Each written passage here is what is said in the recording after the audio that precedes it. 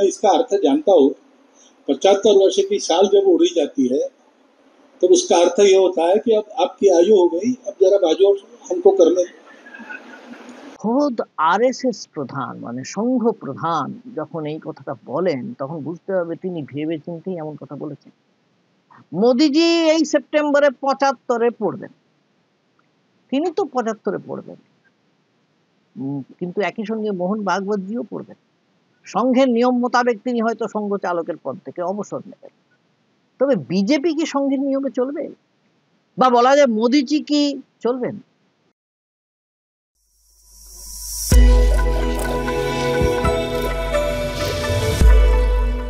নমস্কার, আমি গৌতম বন্দ্যোপাধ্যায়, আর আপনারা দেখছেন গৌতম ব্যানার্জি অফিসিয়াল। যারা আমার চ্যানেল দেখছেন তাদের প্রত্যেকের কাছে আমার অনুরোধ যে আমার চ্যানেলটাকে সাবস্ক্রাইব করুন, কমেন্ট করুন এবং শেয়ার করুন। আর এই সঙ্গে ওই যে নোটিফিকেশন আইকনটা আছে ওটাকে অন করে দিন। ঝাড়খণ্ড গোড্ডায় 4 বারের সাংসদ নিশিকান্ত দুবে কখনো বাক্য বিতরণে পিছপা হন না। বিভিন্ন ধরনের বাক্য তিনি বিতরণ করে থাকেন, যত রকম বিতর্কিত, যত রকমের অসুয়া বাক্য তিনি অকাতরে বিতরণ করেন। কিন্তু এবারে যেটা করেছেন সেটা কিন্তু খুব অদ্ভুত, উল্লেখযোগ্য। এবার উনি বাক্য বিতরণ করেছেন, কিন্তু তিনি কি বলেছেন? তিনি বলছেন মোদিজি যদি বিজেপি থেকে অবসর নেন, মানে নেতৃত্ব ছেড়ে দেন, তাহলে বিজেপি 150 আসনও পাবে না। কি সাংঘাতিক কথা। बड़ा अच्छा माहौल हो सकता है कि मोदी जी जो है वो आराम से चले जाए।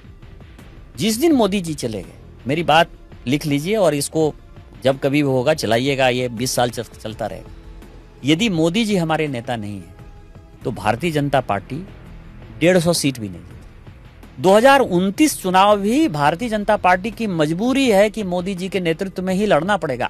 आज हमारे जैसे लोगों को, कार्यकर्ताओं को मोदी जी की आवश्यकता है। মানে বাকি সমস্ত নেতা নেত্রী সবাইকে তুচ্ছ করে দিয়েছেন তিনি মনেই করছেন না অন্য কেউ আছেন যিনি মোদিজির আসনে এসে প্রধানমন্ত্রীর আসনটাকে সুরক্ষিত রাখতে পারবে বিজেপির জন্য।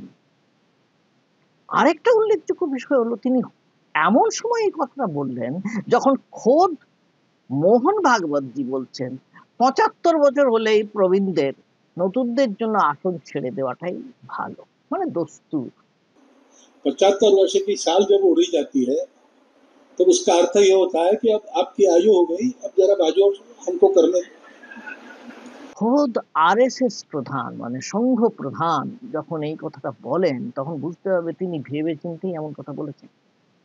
মোদিজি এই সেপ্টেম্বরে 75-এ পড়বেন, তিনি তো 75-এ পড়বেন, কিন্তু একই সঙ্গে মোহন ভাগবতজিও পড়বেন। সংঘের নিয়ম মোতাবেক তিনি হয়তো সংঘ চালকের পদ থেকে অবসর নেবেন। তবে বিজেপি কি সংঘের নিয়মে চলবে, বা বলা যায় মোদিজি কি চলবেন? সেটা যে চলবেন না সেটা মোদিজি হয়তো জানেন, কিন্তু মোহন ভাগবতজি কি জানেন?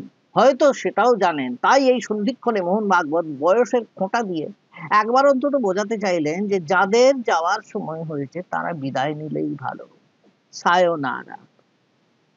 কিন্তু অত সহজে রাজ্যপাট ছেড়ে কৌপিন পরে হিমালয়ে যোগ সাধনা করবেন মোদিজি, এটা ভাবা যায়? তিনি হচ্ছেন বিজেপির একমাত্র ব্র্যান্ড। সেই ব্র্যান্ড কি মোদি ভক্তরা অত সহজে ছেড়ে দেবেন, নাকি মোদিজি সেটা হতে দেবেন? অতএব নিশিকান্তের সপাট বাউন্ডারি। মোদিজি না থাকলে বিজেপি 150 পেরোবে না। চিন্তা করুন, সমস্ত নেতা নেত্রীর মুখের উপর ছুঁড়ে দিন। এবারে মোদি ভক্তরা যদি সমস্বরে বলতে শুরু করতেন নিশিকান্ত খাঁটি কথা বলে দিয়েছেন, তাহলে তো সংঘকে পিছু হটতে হবে। এই সংঘের এবং বিজেপির মধ্যে তুই বড় না মুই বড় লড়াইটা কিন্তু চলছে বহুদিন ধরে। কিন্তু এ তো কংগ্রেস নয়, কংগ্রেসের অন্দরের লড়াই বলে কিছু তো নেই, সে তো সবই বাইরের লড়াই। সেই লড়াইয়ের জন্য সবার প্রদর্শনীতে ফ্রি টিকিটের ব্যবস্থা। কংগ্রেসের ডিকে শিবকুমারের সঙ্গে সিদ্ধারামাইয়া, কংগ্রেসের শীর্ষ নেতৃত্বের সঙ্গে শশী থারুরের লড়াই আপনি প্রাণ ভরে উপভোগ করতে পারেন। সেখানে দরজায় কোনো আগল নেই, যে যা খুশি বলতে পারেন, যে সেখানে চাইবেন ঢুকে আগল খুলে ঢুকে উপভোগ করে বেরিয়ে আসতে পারেন। কিন্তু বিজেপি আর সংঘের মধ্যে তো তা নয়, তারা তো অত্যন্ত শৃঙ্খলাবদ্ধ দল, কাজেই সেখানের মধ্যে যে দড়ি টানাটানিটা চলছে সেটা তো তাদের ইন্ডোর স্টেডিয়ামে, এবং তার সেই স্টেডিয়ামে চট করে ঢুকতে পারবেন না, বাইরে লক করা আছে, লক করা আমাদের সিকিউরিটি আছে। কিন্তু তাহলে কি হবে, ভেতর থেকে তো আওয়াজ আসছে, আর দিন দিন যখন প্রতিযোগিতা জমাট হয়ে উঠছে না, তখন বাইরেও তো তার ইঙ্গিত মিলছে। কিরকম, বিজেপির সর্বভারতীয় সভাপতি নিয়ে এই দড়ি টানাটানিটা বেশ উত্তেজক হয়ে উঠেছে বলে এটা কিন্তু মনে করছেন শুধু অন্যরা না, বিজেপির কর্তা ব্যক্তিরা। মাস 6 বেশি জেপি নাড্ডা সভাপতির আসনে বসে আছেন, গ্যাট হয়ে বসে আছেন, তার চলে যাওয়ার সময় হয়ে গেছে অনেকদিন আগে, আমি বললাম তো। নতুন সভাপতির নাম নিয়ে সর্বসম্মত সিদ্ধান্তই হয়ে উঠছে না। সংঘের যাকে পছন্দ, মোদিজির তাকে পছন্দ নয়। আর মোদিজি বুঝিয়ে দিচ্ছেন তার দলে তিনি শেষ কথা বলেন, নিজের মুখে সে কথা না বললেও এবারে তার প্রিয় ভক্ত সেটাই জানিয়ে দিবেন। এই সংঘ এবং বিজেপির স্নায়ুযুদ্ধ ক্রমেই যাকে বলা হয় জমাট হয়ে উঠছে, আকর্ষণীয় হয়ে উঠছে। আরো বেশি আকর্ষণীয় হয়ে উঠলো যখন নশিকান্ত বললেন 2029 का चुनाव भी बीजेपी के मजबूरी है कि मोदी जी के नेतृत्व में लड़ना पड़ेगा। 2029 चुनाव भी भारतीय जनता पार्टी की मजबूरी है कि मोदी जी के नेतृत्व में ही लड़ना पड़ेगा। পরিষ্কার কথা, কাজে 2029-এর লড়াই, যে লড়াই হবে তাতে মোদিজি থাকবেন বলে দিচ্ছেন নিশিকান্ত, এবং তিনি বলছেন সমর্থন কার আছে, নিশ্চয়ই অন্দরের সমর্থন আছে।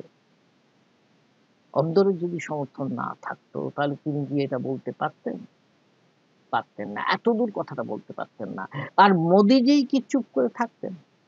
মোদিজিও তাকে বলতেন না এটা বলা উচিত নয় তোমার, না তিনি তা বলেননি, কেউই বলেননি। কাজে লড়াইটা কিন্তু জমজমাট।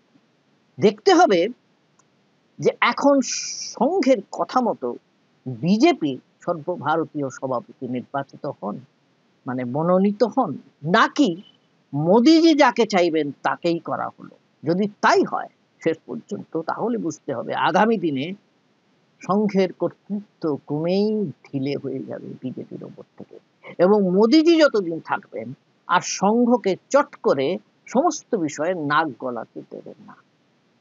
এইটাই বোঝা যাচ্ছে এই দড়ি টানাটানির খেলা থেকে। নমস্কার, আজকে এই পর্যন্তই, আবার আপনাদের সঙ্গে দেখা হবে পরের এপিসোডে।